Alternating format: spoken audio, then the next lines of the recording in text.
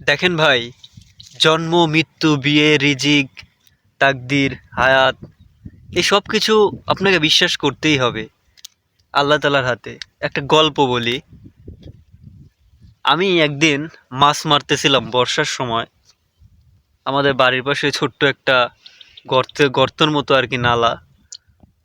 তো আমার একটা মুরগির বাচ্চা, ওই মুরগির একটাই বাচ্চা, ওই বাচ্চাটা বিড়াল মুখে করে নিয়ে বাঁশের ঝাড়ে চলে গেছে। আমি ধরছি, মানে আমি দৌড় দিয়ে ধরছি।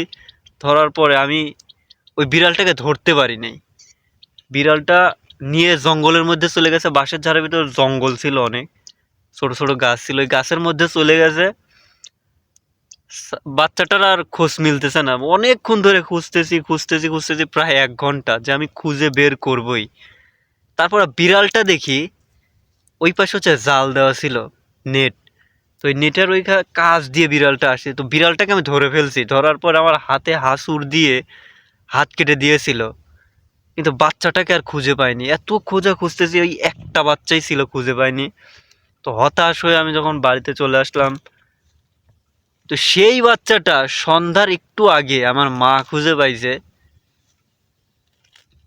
সেই বাচ্চা এখন বড় হয়ে এখন ডিম দিচ্ছে, ওই বাচ্চাটা। তাহলে ধরেন, তাহলে দেখেন, রাখে আল্লাহ মারে কে?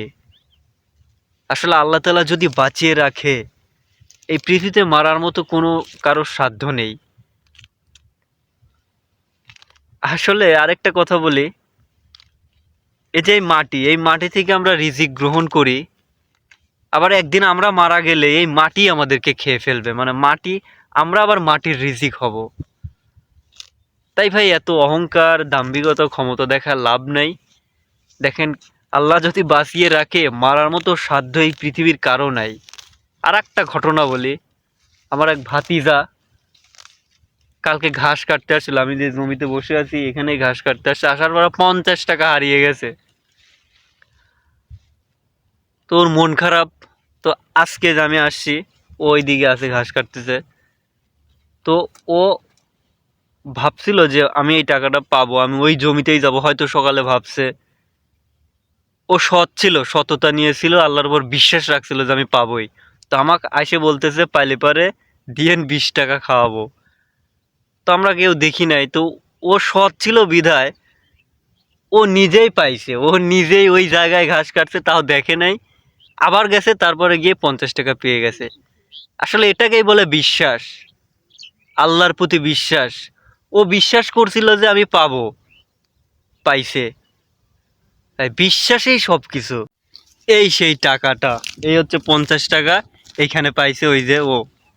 আসলে এটাকেই বলে বিশ্বাস, আল্লাহর প্রতি বিশ্বাস। সততা থাকলে যে করে হোক ফিরবেই আপনার কাছে। হতাশ হওয়ার কিচ্ছু নাই, নসিবে থাকলে আসবেই। এটা ওর রিজিকে ছিল। এই 50 টাকা অন্য কারো হাতে যাবে না, ওর রিজিকেই থাকবে। এই জন্যই ও ফিরে পাইছে। হয়তো এই 50 টাকা আবার অন্য কোনো দোকানদারের রিজিকে আছে, বা অন্য কোনো মানুষের কাছে। এটাই। আসসালামু আলাইকুম।